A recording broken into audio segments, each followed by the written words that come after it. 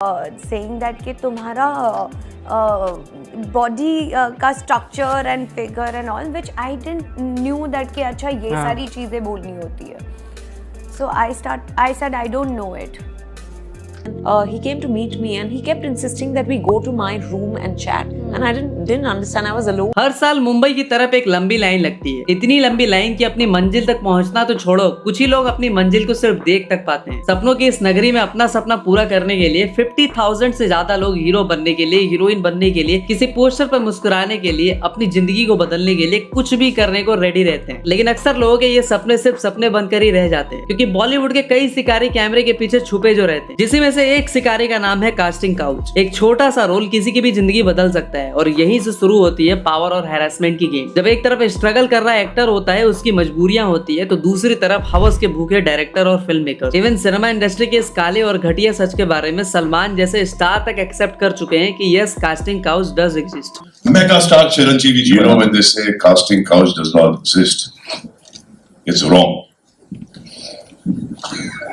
Casting couch does exist. Surveen Chawla, Prachi Desai, Richa Chadha, Kangana Ranaut, कल की Koechlin, Vidya Balan ने ओपनली एक्सेप्ट किया कि यस, उन्हें फिल्मों में लेने से पहले उनकी लेने की कंडीशन रखी गई. और कास्टिंग काउच का ये वायरस सिर्फ फीमेल्स तक ही नहीं बल्कि मेल स्टार्स को भी इन्फेक्ट कर चुका है, जिसमें आयुष्मान खुराना, रणवीर सिंह, विद्युत जामवाल जैसे काफी सारे एक्टर्स मीडिया में ओपनली इस पर बात कर चुके हैं. शक्ति कपूर से लेकर सुभाष घई, साजिद खान जैसे काफी सारे लोगों पे एलिगेशंस तक लगे. लेकिन असली सवाल ये है कि इतने सालों के बावजूद कास्टिंग काउच जैसी गंदगी की सफाई क्यों नहीं हो पाई. और आज आपको 90 से लेकर आज तक के काफी सारे ऐसे इंसिडेंट के बारे में भी बताऊंगा जहां कास्टिंग काउच ने कैसे फेमस एक्टर एक्ट्रेसेस की पूरी लाइफ बर्बाद कर दी और क्यों आज भी नए एक्टर एक्ट्रेसेस इस ट्रैप में फंस जाते. उन एक्टर एक्ट्रेसेस की भी बात करेंगे जिन्हें कास्टिंग काउच में ना लेटने की वजह से रिप्लेस कर दिया गया और क्यों इस क्रोनिक बीमारी को कभी भी सिनेमा इंडस्ट्री से हटाया नहीं जा सकता. जिन लोगों को नहीं पता कि कास्टिंग काउच क्या होता है तो उन्हें मैं सिंपल लैंग्वेज में बता देता हूँ. दरअसल कास्टिंग काउच एक ऐसा टर्म है जो एंटरटेनमेंट इंडस्ट्री में यूज होता है जब कोई पावरफुल इंसान जैसे डायरेक्टर, प्रोड्यूसर या कास्टिंग डायरेक्टर एक एस्पायरिंग एक्टर या एक्ट्रेसेस से सेक्सुअल फेवर्स मांगता है और उनके साथ सोने की डिमांड रखता है. बदले में वही काम देने का वादा रहता है. ये एक डील की तरह होता है. जो इस डील को मान लेता है वो अर्थ से फर्श तक का सफर तय करता है और जो नहीं मानता उनका सपना सिर्फ सपना बनकर ही रह जाता है. बॉलीवुड का ग्लैमर जितना ही चमकदार दिखता है उसके पीछे उतनी ही अंधेरी कहानियां भी छुपी होती है. सपना सबका होता है पर सच सिर्फ कुछ ही लोग कर पाते हैं. एक एस्टिमेट के हिसाब से हर साल लगभग 50,000 से ज्यादा लोग मुंबई आते हैं सिर्फ इस उम्मीद में कि उनका चेहरा एक दिन बड़े पर्दे पे दिखेगा. और ये नंबर किसी ऑफिशियल डॉक्यूमेंट में नहीं मिलता. ये उन लोगों की कहानी है जो हर ऑडिशन लाइन में खड़े मिलते हैं. एक्टिंग स्कूल में एडमिशन के लिए पैसे इकट्ठा करना, भूखे रहना, जेब खर्च के लिए कोई भी छोटा मोटा काम करना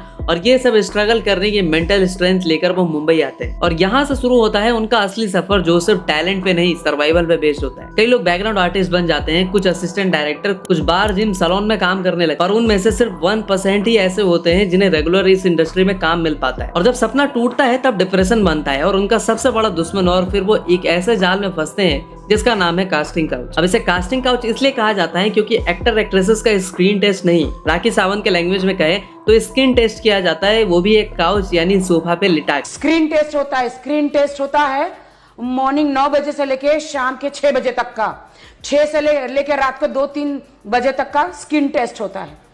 स्क्रीन टेस्ट मालूम है? स्क्रीन टेस्ट का टाइम अलग और स्क्रीन टेस्ट का टाइम अलग होता है. स्क्रीन टेस्ट क्या होता है रखिए? ठुकाई. तो सवाल ये उठता है कि ये सब होता कैसे और कैसे कोई लड़की जो सिर्फ एक मौके के लिए स्ट्रगल कर रही है एक दिन कास्टिंग काउच का शिकार बन जाती है.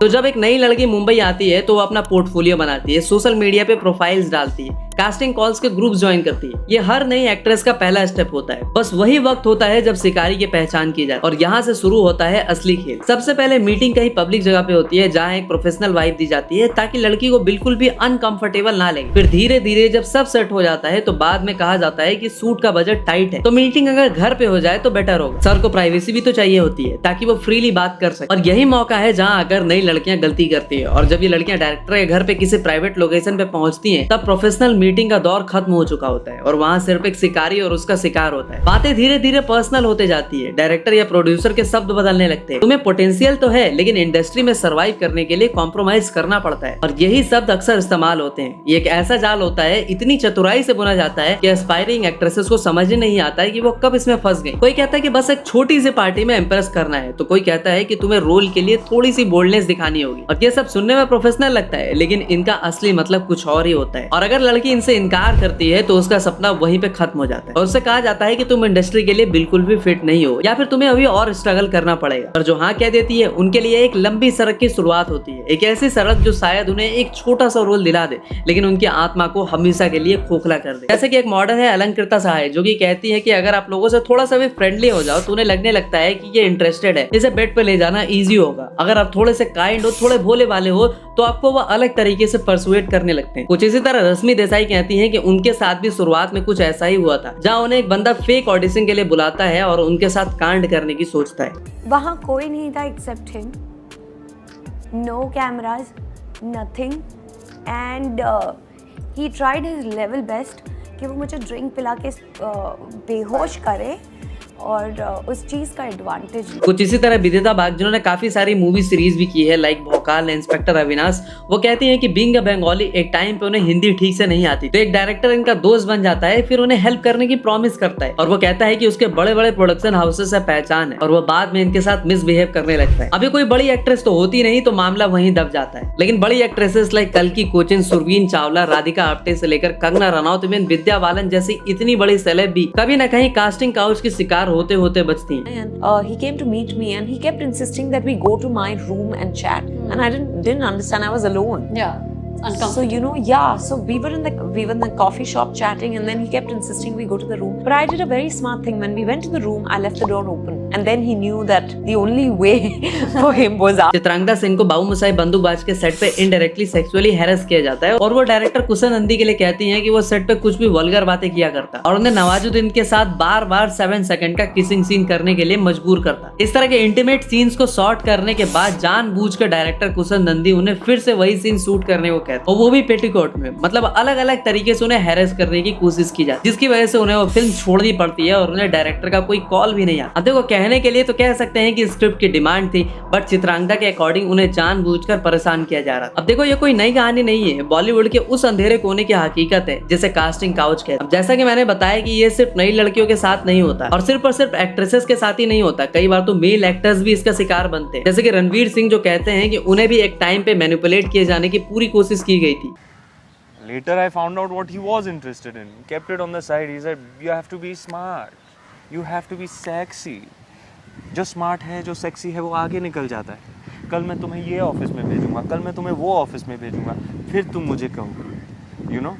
कुछ इसी तरह आयुष्मान खुराना अपने एक इंटरव्यू में कहते हैं कि जब वो टीवी करते थे तो उन्हें काम देने के अगेंस्ट लेने की डिमांड रखी गई थी। तब उन्होंने कहा था कि मैं तो स्ट्रेट हूँ, मैं ये सब कैसे कर सकता हूँ। तो उन्हें समझाया गया था कि ये तो बहुत कॉमन है, स्टार बनने के लिए तो ऐसा करना पड़ता है। बट सवाल ये आता है कि ये सब चलता कैसे है, क्यों कोई इसके खिलाफ आवाज नहीं उठा पाता।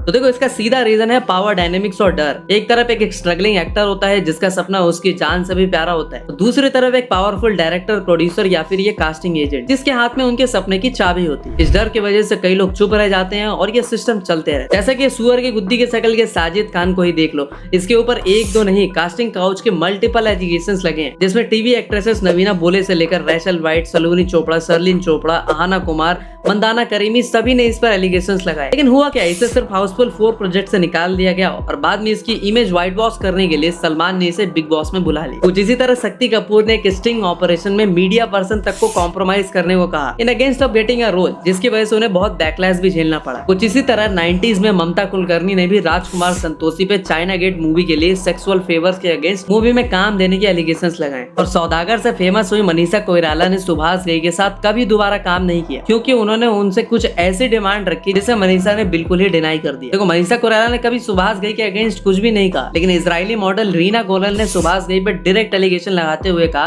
कि Subhash Ghai tried to take her to his bedroom under the pretext of discussing work. और बॉलीवुड में कोई भी ऐसा डायरेक्टर या बड़ा सुपरस्टार नहीं है जिसने ये सब नहीं किया। इवन सिद्धार्थ मल्होत्रा को ही ले लो, इनके लिए ऐसी रूमर आती है कि वो करण जौहर के चहेते हैं क्योंकि वो उन्हें देते हैं। बात सामने नहीं आती मगर सबने ये सब किया है, क्योंकि रोल चाहिए तो बिस्तर पे तो सोना ही पड़ेगा। हाँ, लेकिन ये उन लोगों के साथ बिल्कुल नहीं होता जो पहले से इंडस्ट्री में एस्टेब्लिश है या किसी एक्टर एक्टर या डायरेक्टर के बेटे हैं उन्हें रोल आराम से मिल जाता है और उनका करियर भी आराम से बन जाता है, चाहे उन्हें एक्टिंग आती हो या फिर ना। तनुजा चंद्रा वाला केस तो आपको याद ही होगा। एक जानी माने डायरेक्टर ने खुद एक इंटरव्यू में बताया था कि जब वो इंडस्ट्री में नहीं थी तो उन्हें भी इनडायरेक्ट तरीके से कास्टिंग काउच का सामना करना पड़ा। उन्होंने बताया था कि कई प्रोड्यूसर्स उन्हें ऐसे रोल्स के लिए अप्रोच करते थे, मतलब वो कितनी ज्यादा बोल्ड सीन्स कर सकती है, मगर तनुजा ने ये सब करने से मना कर दिया और अपने टैलेंट के दम पर अपना नाम बनाया। लेकिन उन्होंने ये भी कहा कि हर किसी के पास इतनी हिम्मत या रिसोर्सेस नहीं होते। एक्ट्रेस पायल रोहतगी ने तो ओपनली एक फेमस डायरेक्टर के खिलाफ आवाज उठाई। उन्होंने कहा कि उन्हें एक फिल्म के लिए रोल का ऑफर मिला, लेकिन बदले में उन्हें डायरेक्टर के साथ प्राइवेट मीटिंग्स अटेंड करने को कहा गया। पायल ने इसके खिलाफ सोशल मीडिया और इंटरव्यू में बात, लेकिन इंडस्ट्री में उन्हें ज्यादा सपोर्ट नहीं दिया। उनका करियर भी इसके बाद स्ट्रगल करने लगा, जो ये दिखाता है कि इंडस्ट्री में सच बोलने की कीमत क्या होती है। कंगना रनौत जो बॉलीवुड की टॉप एक्ट्रेसेस में से एक हैं, उन्होंने कई बार कास्टिंग काउच के खिलाफ आवाज उठाई है। उन्होंने बताया कि जब वो इंडस्ट्री में नहीं थी तो उन्हें भी ऐसे प्रपोजल्स मिले थे जिन्हें उन्हें कॉम्प्रोमाइज करने को कहा गया। कंगना ने एक इंटरव्यू में मुझे कहा गया था कि अगर मैं बड़े प्रोड्यूसर के साथ एडजस्ट करूंगी तो मुझे बड़े रोल्स मिलेंगे, और यहाँ एडजस्ट करने का सीधा मतलब है कि तुम्हें हमारे साथ सोना पड़ेगा। 2018 में जब मीटू मूवमेंट इंडिया में आया तो बॉलीवुड के अंदर एक तूफान उठा। कई एक्ट्रेसेस और एक्टर ने अपने अपने एक्सपीरियंसेस शेयर किए। तनुश्री दत्ता ने नाना पाटेकर और एक फिल्म के डायरेक्टर पर सेक्सुअल हैरेसमेंट के आरोप लगाए। उन्होंने कहा कि एक फिल्म के सेट पर उन्हें अनकंफर्टेबल सिचुएशन से गुजरना पड़ा और जब उन्होंने इसका विरोध किया तो उन्हें इंडस्ट्री से ऑलमोस्ट बॉयकॉट कर दिया गया। इस मूवमेंट में और भी नाम आए जैसे कि विकास बैल, साजिद खान और आलोक नाथ, जिन्होंने अपने पावर का गलत इस्तेमाल किया।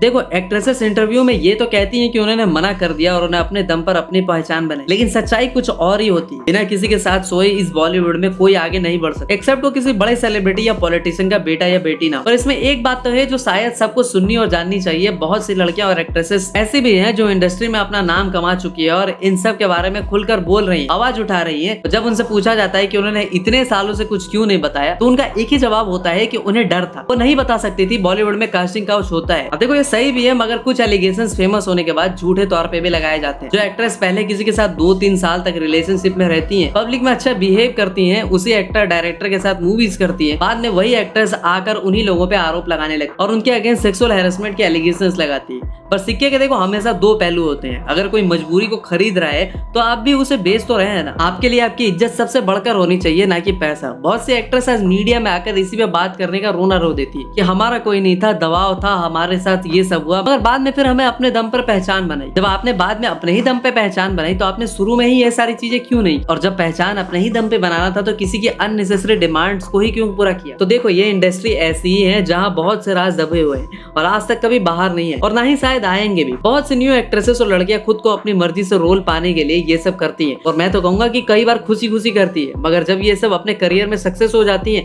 तो अपनी झूठी स्ट्रगल स्टोरी सुनाकर सिंपैथी लेती है और किसी पर भी इल्जाम लगा देती है। और ये बस आजकल फिल्म इंडस्ट्री में नहीं बल्कि टीवी इंडस्ट्री में भी बहुत होता है और ये कल्चर शायद कभी खत्म नहीं होगा, क्योंकि जब लोग सपनों को खुद से बड़ा समझने लगते हैं तो नहीं सोचते कि क्या कीमत चुकाई जा रही और वो बस उन सपनों को देखते हैं, सक्सेस के महंगे महंगे ख्वाब जिन्हें पूरा करने के लिए वो कुछ भी कर सकते। और यहीं से जन्म लेता है कास्टिंग काउच जैसा वर्ड। तो ये था हमारा आज का वीडियो। आई होप कि हमारा वीडियो आपको पसंद आया होगा। तो देखो, इस तरह की वीडियोस बनाने में हमारा काफी एफर्ट एंड पैसा जाता है, तो भाई अब वीडियो को as much as possible like करो, दोस्तों के साथ शेयर करो, जिससे कि वीडियो के रीच बढ़े और हम इस तरह के वीडियोस आपके लिए लाते रहे। तो मिलते हैं अगली वीडियो में, तब तक के लिए हर हर महादेव।